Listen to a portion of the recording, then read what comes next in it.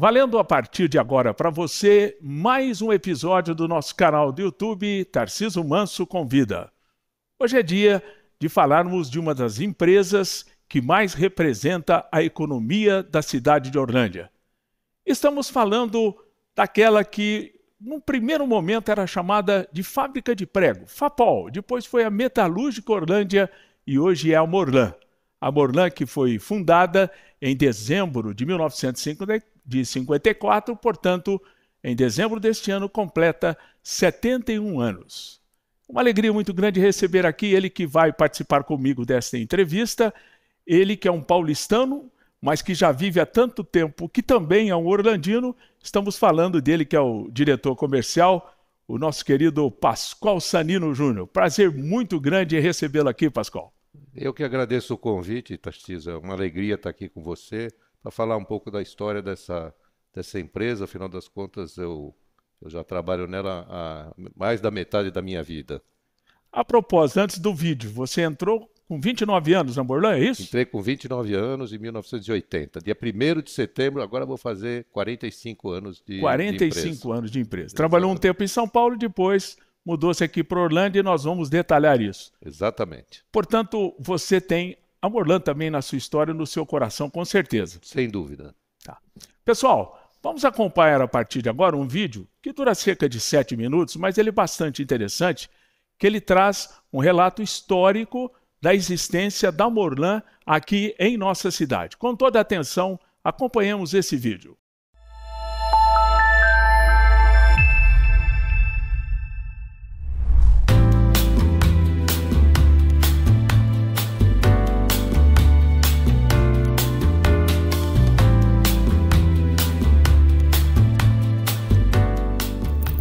Bom, a Morlan começou com meu pai, né, como uma fábrica de prego.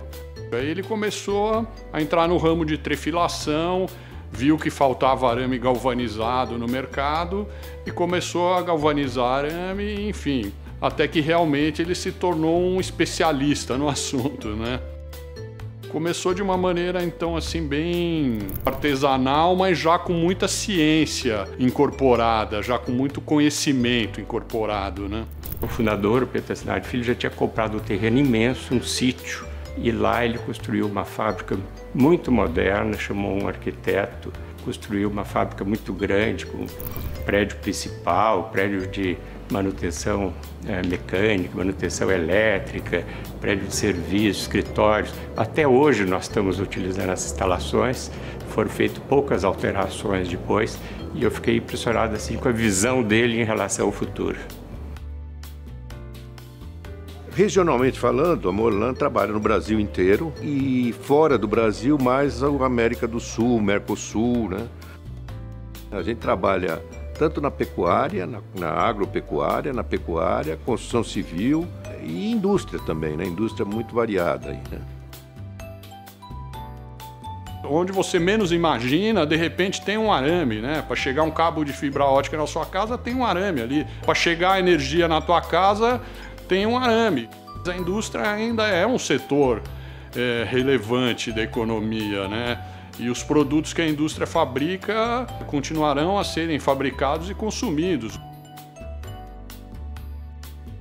O Dr. Pedro sempre foi uma pessoa muito empreendedora, né? Então, a gente sempre investiu muito em melhorias, em melhoria de produtividade, máquinas que são as melhores do mundo.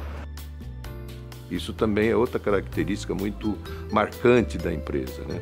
Ela está sempre investindo, seja em tempos bons, seja em tempos ruins, né? Sempre investindo para estar melhorando a sua competitividade, melhorando a sua participação de mercado. Cada vez mais vai ter a tecnologia integrada aos processos, tanto aos processos fabris, que são importantes para a gente, mas também nos processos administrativos. E a gente precisa estar preparado de alguma forma ou de outra para se adequar a essa nova realidade e atender e continuar fazendo de uma forma de excelência, né? Infelizmente, ele ficou doente, né? E ele não pôde ver as nossas realizações que a gente fez nos últimos tempos, né? Com uma nova planta, com novas linhas, com novos produtos. Eu tenho certeza que ele ficaria muito orgulhoso de ver. O que é a personalidade da Morlan? É uma empresa muito conservadora. Quando eu digo conservadora, a pessoa acha que é atrasada, retrógrada. Mas é o oposto disso.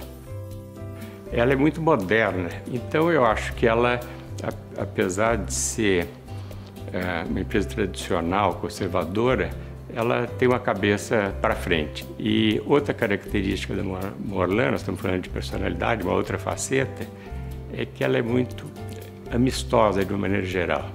Amistosa com os clientes, com os fornecedores, com os funcionários, com a comunidade, com o meio ambiente. Ela tem uma característica que eu acho que é muito importante, que é uma ética muito marcante, uma confiabilidade. O cliente sabe que o que é combinado, o que é acordado, é cumprido. Ela valoriza muito seus funcionários, ela valoriza o seu distribuidor, ela valoriza o seu cliente, valoriza esse relacionamento. Eu acho que todo mundo sente isso, né? Um cuidado com o cliente, um cuidado com o fornecedor e um cuidado com os funcionários, principalmente. Então nós temos o melhor salário da região, tratamento de saúde, nós somos do pioneiro. Nós temos o convênio de dentista, pioneiro, né? Um dos maiores investimentos nossos aqui, que eu acho incrível até hoje, é o nosso clube. Nosso clube é o melhor, acho que é o melhor da região, sem dúvida nenhuma. Todo esse respeito, essa cultura pelas pessoas, pelo funcionário, é um privilégio para mim conseguir estar aqui acompanhando o meu pai e todas essas pessoas que lutaram tanto para construir essa empresa e essa cultura, né? Eu brinco que quando o funcionário sai daqui e vai fazer compras, ele vai com uniforme. Ele vai com uniforme. Ele tem orgulho de ser funcionário. E ele tá com o uniforme da Morlan, para ele já é quase que um cadastro. Ele tem certeza que ele tem crédito por ser funcionário da Morlan. O que o meu pai sente é uma responsabilidade muito grande, né? De você realmente ter uma empresa desse porte e conseguir influenciar beneficamente na vida de tantas pessoas. Então, com certeza, isso é um dos valores da Morlan, né? Você conseguir contribuir, né, para a sociedade, para o Brasil dessa forma, né? E trazendo alegria aí para todas essas famílias. E não é só os funcionários, não, é com a prefeitura, é com as entidades beneficentes da cidade. Então eu acho que isso daí atinge todo mundo e as pessoas vão adquirindo uma personalidade que é a personalidade da Morlan. Nós estamos já entrando na terceira geração aí da família dirigindo a empresa e continuar investindo, continuar acreditando, o caminho é esse mesmo, né? É um caminho vitorioso, sem dúvida nenhuma. Mantenha esse respeito pelo próximo, pelo funcionário, pelos parceiros, pelos fornecedores, que tem tudo para virar mais 70 anos de sucesso. Cada ano é uma nova batalha, então eu acho que a gente tem que ter muito pé no chão e ter um crescimento orgânico, que nem a gente vem tendo esses 70 anos, né? Então isso é muito importante, a gente saber que a gente se organizando, né, a gente consegue chegar longe. Por trás de tudo estão as pessoas, por trás dos nossos fornecedores também estão as pessoas, por trás dos nossos processos produtivos, por trás de quem desenha uma máquina estão pessoas, dos nossos clientes também no fundo estão as pessoas. Então esse parabéns por 70 anos da Morlan também é para vocês e vamos permanecer nessa parceria por muitos anos. Muito obrigado.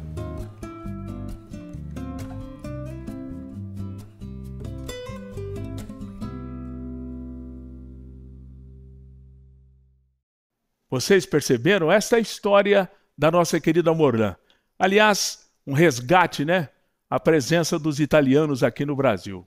O senhor Pedro Tassinari Filho, eu vi aqui uma família de 7 irmãos, era o mais novo, era o caçula, nasceu em 1928, doutor Pedro hoje já falecido, e naturalmente ao longo de sua existência, a razão da própria existência da Morlan. E uma coisa interessante que eu vi num livro que vocês me passaram, Pascoal, a coincidência do porquê que o doutor Pedro veio para Orlândia, visto que ele era um paulistano. Primeiro, a circunstância, né, dele ter se casado com a dona Célica da família Almeida Prado, que é muito conhecida aqui em Orlândia, até pela força da própria agricultura. Ele é graduado na Escola de Engenharia da Politécnica da USP de São Paulo, doutor Pedro, engenheiro químico, né? Exatamente. Engenheiro químico. Ele se formou e uma das curiosidades, casou-se bastante jovem. Num dia o seu Max Define, quem não conhece o seu Max, fundador do Brejeiro, estava à procura de um engenheiro que pudesse vir aqui para Orlândia para montar uma parte de extração de óleo da Comove. Olha como é que são as coisas. Aí, pelo que o livro diz, o doutor Pedro disse, serve eu. Aí o doutor Pedro veio para Orlândia. Já é um capítulo para que vocês percebam como o doutor Pedro Tassinari, que depois veio a ser vereador, prefeito municipal, foi secretário da Agricultura no governo de Paulo Egídio Martins, portanto, é um homem do ramo empresário, mas que também prestou a sua vida política. A existência dessa família é tudo na própria existência da Morlan, né, Pascoal? Sim. O doutor Pedro, uma vez eu estava conversando com ele, perguntei para ele, mas doutor Pedro, por que o senhor resolveu montar uma fábrica de pregos, na época, uma fábrica de pregos, né? Aí ele me falou, não, é que na Comove a gente fazia óleo e entregava em caixa de madeira, e faltava prego. Então eu falei, não, vou fabricar prego. Mas o grande desenvolvimento da Morlan foi quando ele começou a galvanizar arame. Como engenheiro químico, ele montou a galvanização de arame. Naquela época não se comprava máquina como se compra hoje, tinha que montar. Então foi tudo idealizado e projetado por ele. Então a gente vê aqui na história que em 1954 ele quis o seu próprio negócio. Olha que coisa interessante, a primeira sede da Morlan foi na Praça Mário Furtado. Isso é algo que chama bastante atenção, até porque nessa leitura que eu fiz, a FAPOL era justamente que é Fábrica de Pregos de Orlândia. Isso. Essa é a razão da sigla, né? E a partir de quando saiu-se desse segmento do prego, se buscou outra alternativa, Pascoal? Foi logo no começo da empresa, né? Logo, porque ele comprava arame, trefilava arame para fazer prego, aí começou a galvanizar arame. E arame galvanizado naquela época era muito difícil aqui, tinha que ser importado.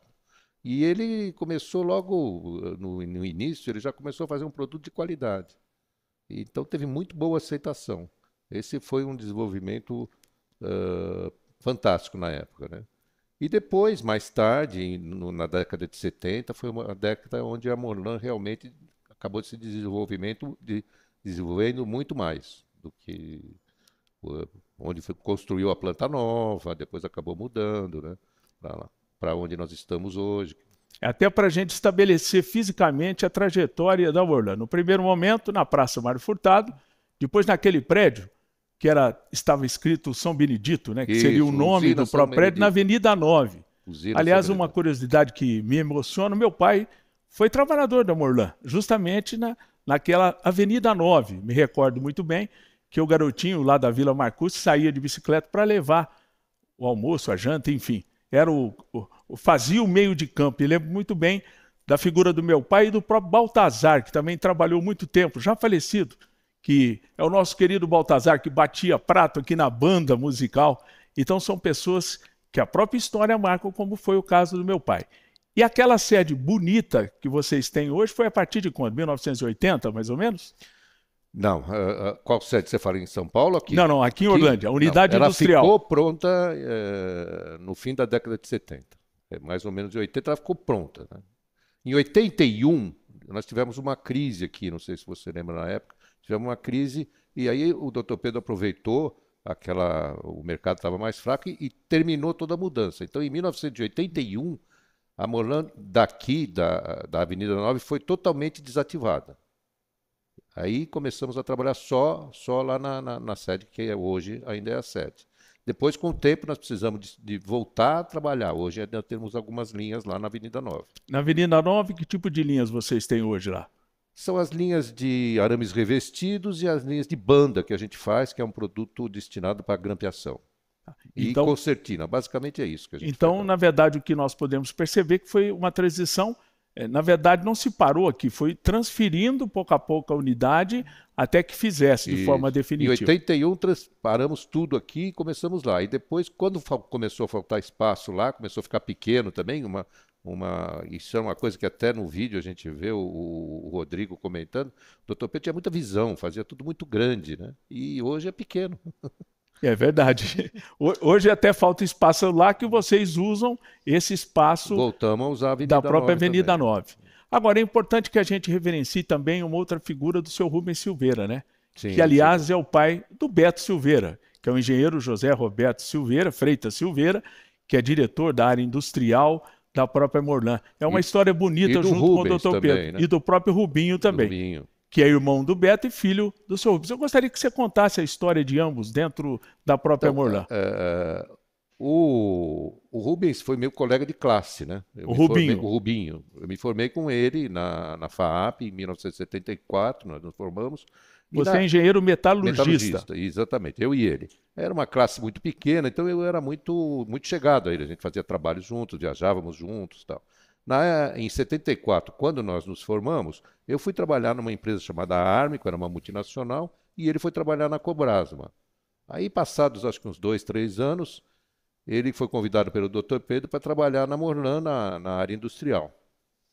E logo em seguida, quer dizer, aí depois de uns 5 anos que eu estava na Armico, mais uns 2, 3 anos aí, ele notou que a Morlan precisava de um engenheiro para fazer vendas à indústria, que tivesse um tino comercial, né, para poder atender a indústria, porque a Morlan estava começando a desenvolver vendas para a indústria já, naquela época, isso em 1980. E aí ele lembrou de mim como colega, né, eu já estava na área comercial, apesar de ter formação de engenheiro, eu nunca trabalhei como engenheiro, já fui direto para a área comercial. Nessa multinacional, atendia indústria automobilística. E aí ele me convidou e eu acabei aceitando e fui trabalhar no escritório de São Paulo. Lá em São Paulo. Entrei em 1980. Lembrando sempre que natural Pascoal é paulistano, viveu um certo tempo em São Vicente, mas é de origem ali na capital e próximo à capital. Isso. Aí, na época lá, eu comecei a desenvolver umas indústrias, né, lá em São Paulo, onde tem muito na época tinha muita indústria lá, né, hoje ainda tem, lógico, e fazer exportação, fazer o marketing, toda essa área que não tinha na Morlan, né? E o Rubens, ou Rubinho, né, trabalhava na produção aqui. Logo depois, o Beto veio a convite do Dr. Pedro trabalhar na produção aqui, passou a ser gerente de produção, e o Rubens foi para vendas também. Então nós ficamos desde, vamos dizer, 84, por aí, até o ano 2000, um gerente de vendas lá em São Paulo e ele aqui. Eu fazia a área de São Paulo, exportação, marketing, e ele é que fazia a venda para o atacado e tal. Então, e a partir desse ano que se decidiu que você viria também para Orlândia? Não, aí no ano 2000, para ser mais exato, a data é 1º de maio de 2000, que a gente estava fazendo o AgriShow, nós já tínhamos acertado, o Rubinho ia sair da Morlan e passou a ser representante nosso, que até hoje ele é representante da Morlan. Ele, a filha, né, trabalha junto com ele. E aí eu assumi toda a área comercial da empresa. Mudei, depois de um ano, resolvi mudar. Eu adotei Orlândia como cidade, que eu acho que é uma maravilha. Isso, eu acho que eu sou mais orlandino do que muitos orlandinos. Isso você diz com bastante orgulho, né? Eu gosto muito daqui. Eu acho que foi uma das melhores decisões da minha vida foi ter mudado para cá. Agora, vocês vejam bem, nós falamos da família Tassinari, Almeida Prado, Tassinari, falamos dos Silveiras, né? Como é que as coisas vão se entrelaçando? Dr. Pedro, o fundador, casado com a dona Célia, da família Almeida Prado. Aí teve o conhecimento do seu Rubens, que foi o braço direito dele no início, né? Aliás, o mais antigo trabalhador em atividade é o Nelson Corrêa, né? que é um dos primeiros é o hoje, mais que ainda antigo. está vivo, atuando. Eu vi também muita figura do Seu Roque, que foi mencionado também nesse livro. O Seu Roque era da produção. Da né? produção, exatamente. Ele teve um papel muito importante no desenvolvimento da Morlan. Então vocês vejam que o seu Rubens Silveira, que ajudou o Dr. Pedro no começo, na sequência fez um filho que hoje é diretor, né, da área industrial, que é o Dr. José Roberto, o Beto Silveira.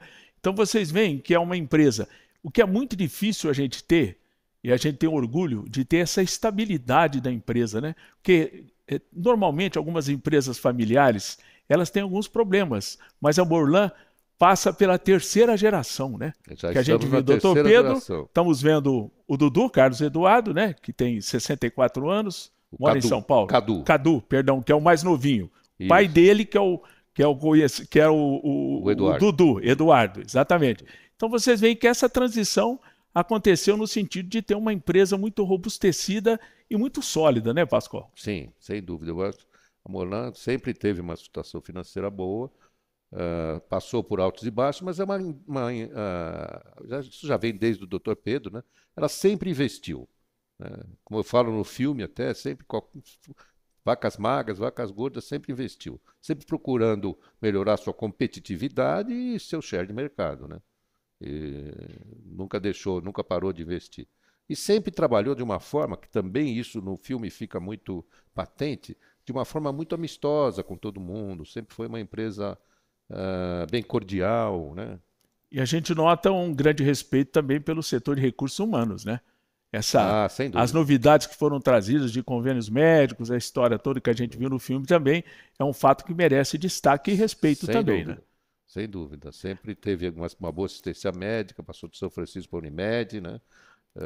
Tem assistência odontológica, tem um clube, né, para os funcionários, que é aquele clube foi feito antes da fábrica e é um clube exclusivo para Aliás, me chamou a atenção, né? Primeiro fizeram o clube. Pelas fotos que eu vi, a primeira construção foi o clube, né? Foi o clube, exatamente. E aí depois fez naquela parte que fica mais ligada à Avenida Marginal. Depois fez a fábrica. E o clube é de uso dos funcionários. O funcionário não paga nada para usar, paga só o que consome, claro. Então e só pode usar funcionário e familiares. E agora, é um belíssimo clube, né? Agora, uma curiosidade, a gente vê os produtos da Morlan, gostaria, depois que você explicasse quais são os produtos hoje vendidos, mas aqui nós não temos siderúrgica. Qual é a matéria-prima que a Morlan usa? Eu sei, mas é bom a gente perguntar, que deve ser uma curiosidade de quem está nos vendo. A matéria-prima que a Morlan usa é o Filmac, né? Que é o aço longo, como se fala, né? Porque a siderurgia tem dois ramos distintos, o aço plano e o aço longo, né? O aço plano, que são até na época da ditadura militar, na época dos militares, o aço plano era todo estatal e o longo sempre foi privado, né? As siderúrgicas. E a partir daí que a gente trefila, galvaniza e faz diversos produtos. Então existe uma siderúrgica ou algumas que fornecem para vocês? Aqui hoje no Brasil nós temos 3 grandes fornecedores desse tipo de produto, que é o Filmac, né, que é o aço longo, que é a ArcelorMittal, Gerdau e a AVB. Tá. A partir da chegada disso, quais os produtos que vocês industrializam para vender hoje? Além do tradicional prego, que tenha perdido importância. O prego realmente nós paramos de fazer. Perfeito. Hoje não está mais na nossa linha, porque ficou um produto muito, muito barato, muito difícil de competir com as próprias usinas, né? Então a gente é muito mais competitivo quanto mais a gente transforma, porque a gente concorre com as usinas também que nos fornecem, né? Então a gente faz muito arame para cerca, que é a linha pecuária, né? O arame farpado, o arame ovalado, o liso, o arame para cerca elétrica de pecuária, né? É uma linha importante para nós até hoje. Fazemos muita tela hexagonal. A Morlan é o maior produtor de tela hexagonal do Brasil, e o Brasil é um grande consumidor de tela hexagonal. Eu arrisco a dizer que a Morlan é o maior produtor de tela hexagonal do mundo. Essa tela de galinheiro, né? Conhecida como tela de galinheiro, de pinteiro, de mangueirão.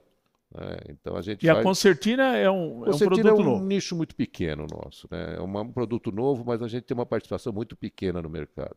Agora a gente está desenvolvendo já há alguns anos, né?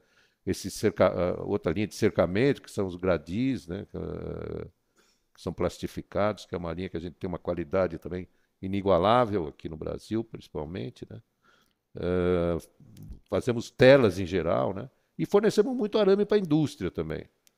Agora, uma coisa que me chamou atenção, tempos atrás eu tive a oportunidade de andar lá no Parque Industrial da própria Morlan, entre o que eu via nos tempos do meu pai, que trabalhava aqui na Avenida 9, e ver tudo tecnológico, né? A gente vê de vez em quando um suíço que vem aqui para dar assessoria. Me explica como é a questão de equipamento que chama a atenção de todos nós. Isso mudou muito, né? E hoje, é como eu falei, como a Morlan nunca parou de investir, ela está competitiva. Nós temos umas máquinas de telas hexagonais que são uma maravilha. Entra arame e sai tela pronta, embalada, né? É uma coisa inimaginável há algum tempo atrás. Então, esse fato da gente estar investindo sempre, você está reduzindo mão de obra e ficando mais competitivo. Porque não é fácil aqui você concorrer com um produto que vem da China. A China é o nosso principal concorrente. Ah, sem dúvida. Ela não tem produto de boa qualidade, mas ela tem um preço que, se você não estiver muito atento, você não consegue competir. Agora, se a gente pegar... Outro dia, 10 anos atrás, talvez 12 anos, estava eu em Mossoró, no Rio Grande do Norte.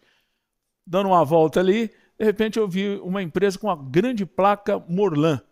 Vocês têm unidades no Brasil inteiro, né? Não, nós só temos aqui no Brasil. Sim, sim. Temos distribuidores no Brasil Distribuidores no Brasil, mas Mossoró, no Rio Grande do Norte... Também tem. Nessa região.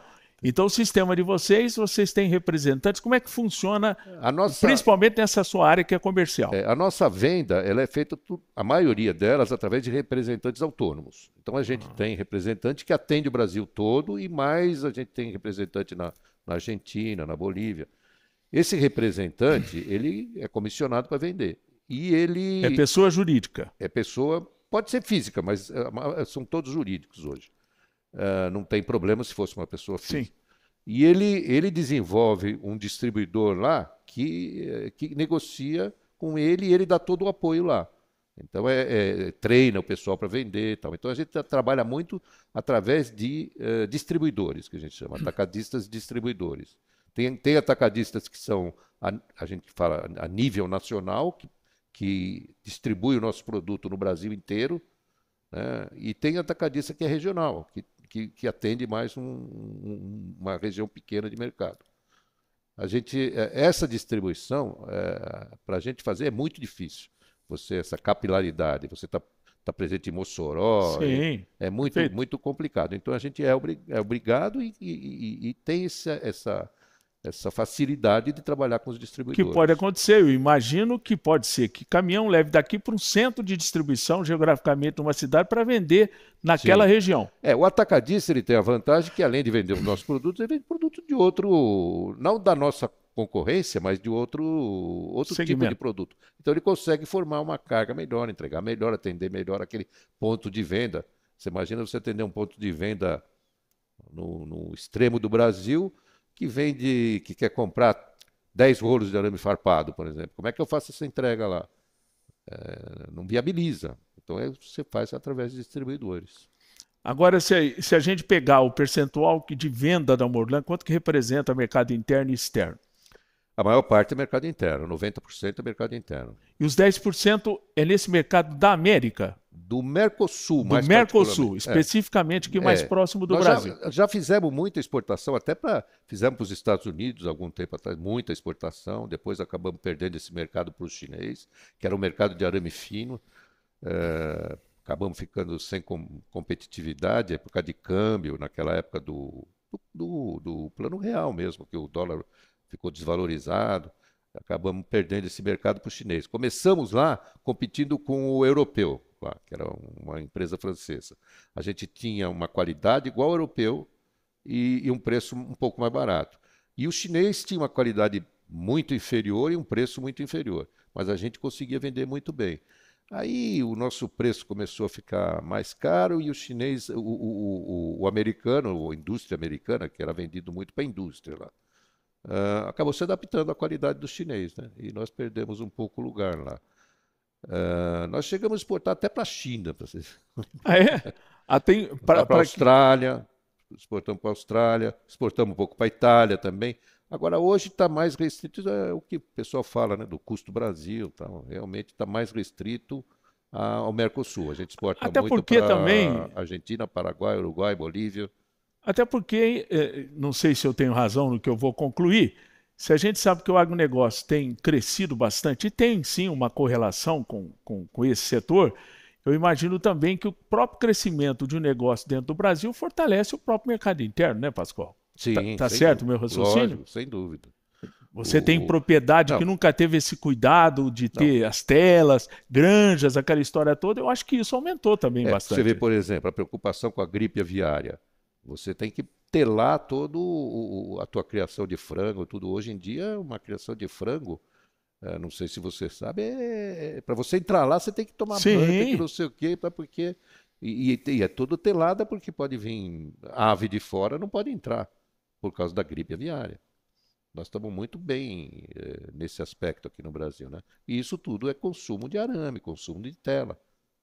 E a gente nota, com toda a tecnologia que chegou e que, portanto, pode eventualmente abrir mão de algum funcionário, vocês continuam na marca de mais de 1.000 funcionários, o que é algo expressivo para uma cidade do porte de Orlândia, né? A Morlan já teve, tempos atrás, 1.300 funcionários. Chegou a ter 1.300 funcionários. E fazia menos do que faz hoje. É o que eu falo. Quer dizer, a gente tem que investir para ficar mais competitivo. A cidade está perdendo emprego? Está perdendo emprego. Mas se não fosse isso, perderia uma indústria, porque a gente não teria mais competitividade hoje.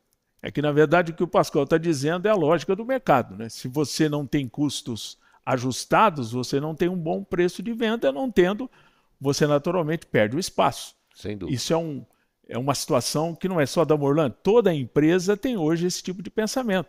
Vai no sistema financeiro, por exemplo, no tempo que tinha banco que tinha 30, 40 funcionários, hoje você vai a um banco, exceto que seja do sistema cooperativo, que a gente sabe que é meio na contramão. Eu cito aqui o exemplo do Sicredi, chegou aqui, tinha 8 funcionários, e daí um período já tem hoje quase 20. É um outro tipo, né? Mas o sistema financeiro é o exemplo mais clássico em que se ajusta nesse sentido, até porque a tecnologia faz com que os bancos também se ajustem a essa realidade.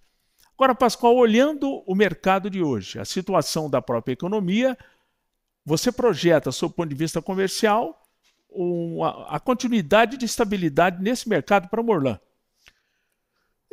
O arame sempre é um produto que sempre vai ter uso, né? Agora depende muito da economia, né? Hoje a gente tem uma incerteza muito grande com o que está acontecendo, né? Com esse tarifaço, etc, etc, e com essa invasão de produto chinês que a gente tem. Mas a gente está bem otimista. Esse ano aqui nós vamos ter um crescimento. A Morlan sempre tem um crescimento, não muito grande, mas sempre tem um crescimento significativo, vamos dizer. Agora é uma incógnita que está, né? A nossa margem esse ano está um pouco menor, a gente está tendo que sacrificar um pouco. Para o ano que vem, é difícil a gente prever, mas eu diria que a gente vai... É um ano de eleição, o governo costuma gastar muito, isso reflete, né, no nosso negócio. O mercado de carne, né, de boi, para exportação está indo muito bem também, isso favorece também o nosso negócio de cercamento. Então, a construção civil indo bem também, nós temos uma linha importante para a construção civil. Hoje a Morlan está com o seu mercado muito mais diversificado do que estava. Quando eu entrei na Morlan, há 45 anos atrás, ela era muito arame farpado, arame ovalado, era muito cerca pecuária. 90% da sua venda era cerca pecuária. Hoje não. Hoje a gente está bem distribuído. A gente diria que 30% é pecuária, 30% é construção civil, 30% é indústria, quer dizer, está bem diversificado. Então você fica menos sujeito a flutuações de algum mercado em particular. Que na verdade foi aquilo que nós acabamos de discutir isso momentos atrás e comentar, né? A economia do país cresceu nesse segmento da agroindústria e do agronegócio. Isso dá reflexo, foi o que o Pascoal acabou de dizer. Pecuária cresceu, precisa de cerca. O frango, que vai com os cuidados que tem, que é o produto top que vocês vendem e fazem a comercialização. Então, tudo isso também garante que um mercado interno forte, vocês não precisam também ficar dependendo de outro mercado, né? Porque a pior coisa é você, talvez, estruturar uma empresa baseada principalmente no comércio internacional e sofrer esse susto, né, que a gente tem com o tarifaço, atingindo um setor como o setor calçadista de Franca, né? Agora, a exportação, ela tem também um fator importante, porque ela faz você desenvolver uma qualidade, um produto que atenda um outro mercado. Tira você da zona de conforto. Ela te ajuda o desenvolvimento, Agora, Pascoal, eu estou vendo aqui da estrutura, temos o diretor-presidente, que é o Dr. Rodrigo, o diretor superintendente, que é o Eduardo, né, filho do Dr. Pedro, conhecido como Dudu. Aqui em Orlândia, na área comercial, você, na área industrial, o Dr. Beto, né? Isso, Beto Silveira. E temos o Carlos Eduardo Cadu, que é da terceira geração. Sim. A presença do Carlos Eduardo significa de que a família, pouco a pouco, vai trazendo a sua geração para se integrar dentro desse contexto também, né, Pascoal? Sim, sem dúvida. E está sendo muito bem-vinda. O Carlos Eduardo, o Cadu, fez a implantação do SAP na Morlan. Morlan implantou o SAP agora, recentemente, foi em julho do ano passado. Aproveita e explica o que é SAP para aqueles que estão nos vendo. É um sistema de gerenciamento, né? Que a gente tinha um sistema próprio e acabamos optando pelo SAP. É muito complicado você fazer a implantação e com o gerenciamento do Cadu, nós fizemos a implantação sem muita dificuldade. Faz já 2 anos, em julho, que nós fizemos a implantação, fizemos a virada, né? Como se fala. E agora, recentemente, também nós conseguimos o certificado da ISO 9001, que é Isso é um diferencial em termos de mercado. Isso é um diferencial em termos de mercado e em termos de qualidade nossa mesmo também. Porque para você atender a ISO 9001, você tem que ter um aparato todo, um desenvolvimento todo, que foi muito benéfico para nós. E a gente percebe que tudo isso preparado, né? O Dr. Pedro estudou na Escola Politécnica da USP, o Dudu estudou economista, mas também da USP, e o Carlos Eduardo é engenheiro. Também. Que segmento? Eu acho que é produção. Engenheiro de produção, que é justamente essa parte de organização, né? Isso. Então, há uma preocupação de ter uma geração preparada para os novos desafios. Isso também é importante, né? Nós estamos com bastante gente nova hoje na Morlan, já assim, trabalhando em todas as áreas, e o que são muito bem-vindos, né? Até porque, num processo natural de mudança, você tem que preparar outras gerações, né? Valorizar quem deu a sua vida, e a Morlan e outras empresas de Orlândia têm essa característica. Quando eu digo da Morlan, eu falo da Intel, falo do Brejeiro, das outras empresas que têm essa característica de ter trabalhadores que ficam basicamente a vida inteira, né? E a gente vê que filhos desses trabalhadores acabam se integrando na vida dessa empresa. Isso é substancial para todos nós, né, Pascoal? Isso é muito marcante na Morlan, né? Tem muito filho de funcionário lá, isso... O Dr. Pedro tinha isso muito forte. Ele gostava de contratar filhos de funcionários. Essa é uma característica dele. E isso quando você está numa multinacional, por exemplo, eles são meio avessos a parentes trabalhando juntos, né? Aqui seria muito difícil, né? Numa cidade de 40 mil habitantes, você bloquear parentes trabalhando junto. Mas ele gostava que ele punha o filho para trabalhar junto com o pai, ele achava que o pai tomava conta do filho. Era assim? E é um pouco. É um pouco ainda. Pascoal, muito obrigado pela sua presença. Eu acho que essa entrevista foi importante, que é natural. As pessoas conhecem a Morlan, como eu conheci, filho de um ex-funcionário da própria Morlan, ainda na época era Metalúrgica Orlândia. E Morlan é só por causa da sigla, viu, pessoal? Metalúrgica Orlândia, os nomes compridos não existem mais. Banco Brasileiro de Desconto virou Bradesco. Banco do Estado de São Paulo virou Banespa. Até por uma questão de marketing também, né? Nesse sentido. Então eu trago aqui um depoimento, agradeço a você que veio aqui em nome da diretoria participar conosco, para que faltava esse capítulo da gente poder trazer a história, né? Que agora, em dezembro, vai se completar de 71 anos da nossa querida Morlan. Tarcísio, eu que agradeço aí a oportunidade que a gente tem de mostrar um pouco da empresa aí, afinal das contas, como falei, a empresa faz parte da minha vida, né? E faz parte da minha história de estar aqui também. Muito obrigado. Concluído mais um episódio do nosso canal do YouTube, Tarcísio Manso Convida. Hoje o assunto foi a Morlan, Metalúrgica Orlândia. uma história de 71 anos a ser completada agora em dezembro.